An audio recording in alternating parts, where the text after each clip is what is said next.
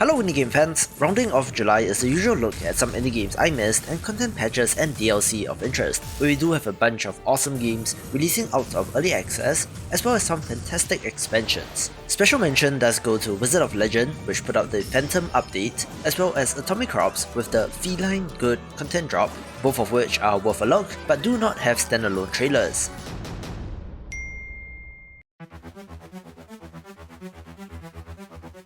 Let's begin with Paint the Town Red, a first-person melee brawler which released out of early access after 6 years in the program.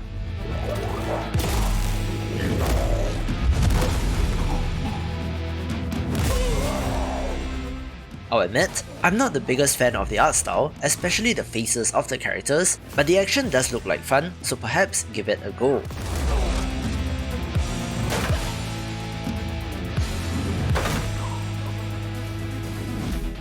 It has various scenarios or levels, as well as a variety of modes, including roguelite, arena, and more, where the variety sure looks neat and has 12,000 Steam reviews, which means it's probably worth a look.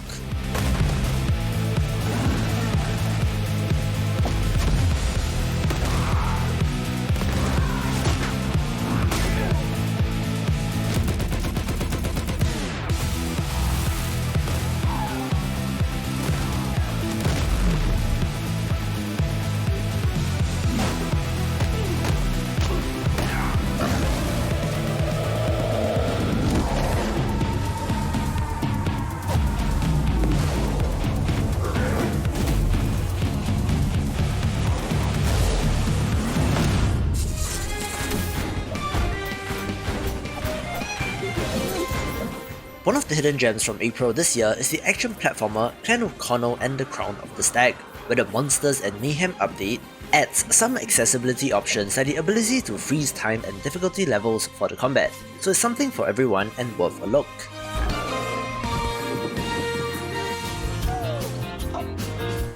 Another hidden gem for March is the adorable 3D platformer Male Mole, which is exactly what it sounds like, where the free expansion titled Xpress Deliveries adds new levels, boss rush mode, a photo mode, and new costumes which are indie crossovers, making it a cannot miss for fans of the genre. If you want more crossover fun, watch my video on Shovel Knight linked in the top right.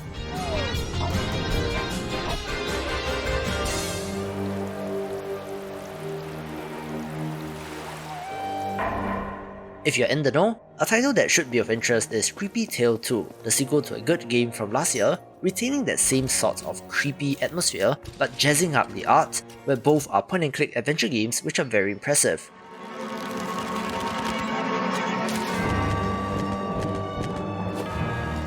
Russian developer Creepy Brothers is worth a follow as well, since the titles do usually end up being hidden gems.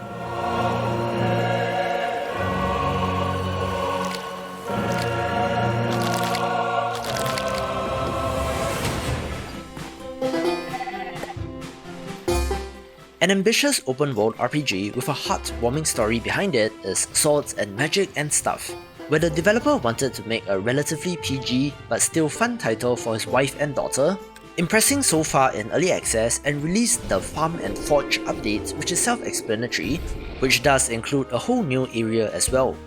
Our next contestant used to be a human. Let's watch it battle to the death. Another OG title that I remember covering on the channel way back when is Clone Drone in the Danger Zone, an arena action title which feels good to play, releasing out of early access after 4 years, which makes now the best time to jump in. Machine, there is no escape from the arena.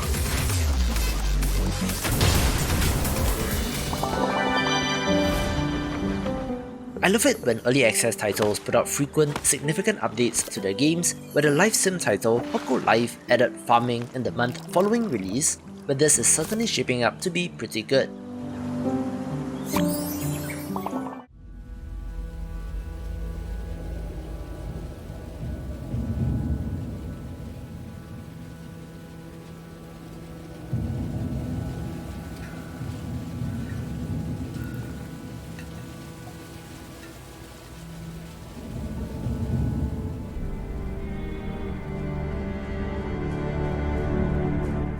Our next title is another graduate of the Early Access program, where the roguelite deck builder RPG Banners of Ruin has consistently been impressive. It's set in a dark and brutal world where rival animal houses do battle in a desperate bid for power, having a similar feel to RimWorld or Game of Thrones. There are various factions and species, all wrapped up in the deliciously compelling gameplay loop of unlocking new cards and upgrades after every run. Add to that the deck building of a Slay the Spire, and the brutal positional combat of Darkest Dungeon, and you do have a winner. One thing to note is that the rounds of combat and even every run that you go on tends to be extended due to the multiple characters that you control, but it's worth a look for fans of the genre. What do you believe? Our people connect with the great trees and their delightfully useful dryads.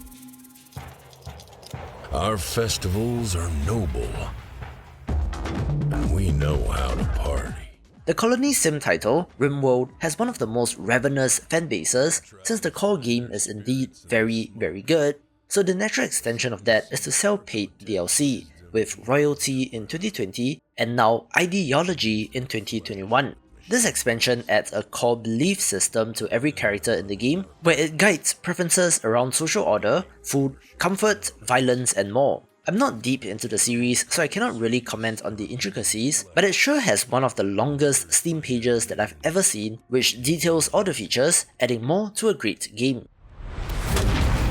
Our quest for the Arconexus takes us to ancient ruins, but we will find it and receive the rewards of the faithful. So many beliefs, so many ways of life. So, what do you believe?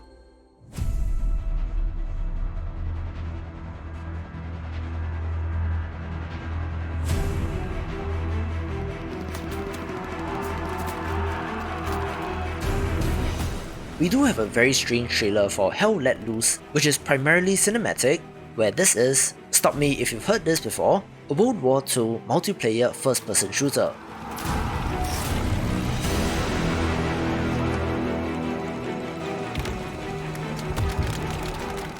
However, it's from an Australian developer with remote developers all over the globe, having just 12 people listed on its LinkedIn, and for them to manage to make a fantastic 50 vs 50 first-person shooter is impressive, taking on the likes of Battlefield in the space.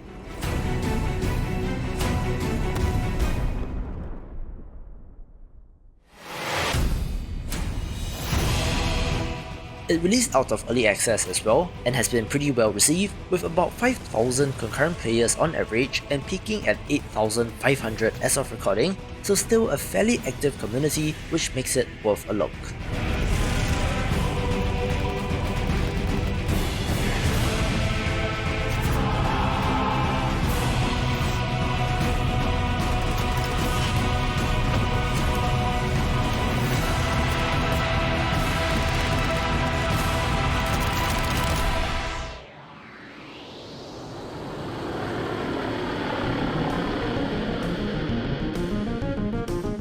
We go back another month to talk about ASTRONEER Jet Powered, the most recent update for the wildly popular space survival crafting title, which added a vertical takeoff and landing vehicle, hoverboards, new missions, resources, recipes, and more, where I do love the amount of post-launch support this has been getting.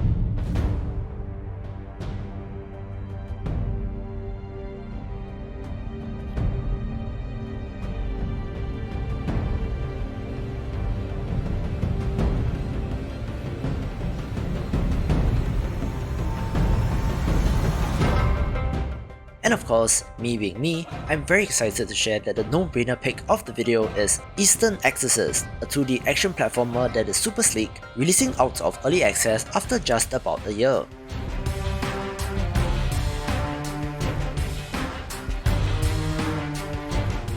It's from a Chinese developer and taps upon Chinese mythology, so it's something a little different in the space, but the action is fantastic.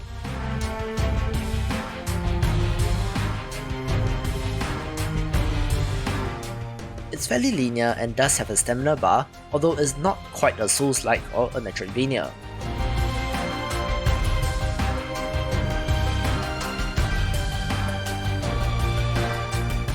It has been a while since I last checked in with this game, where the developer just went ahead and added a whole new character, which was a nice surprise.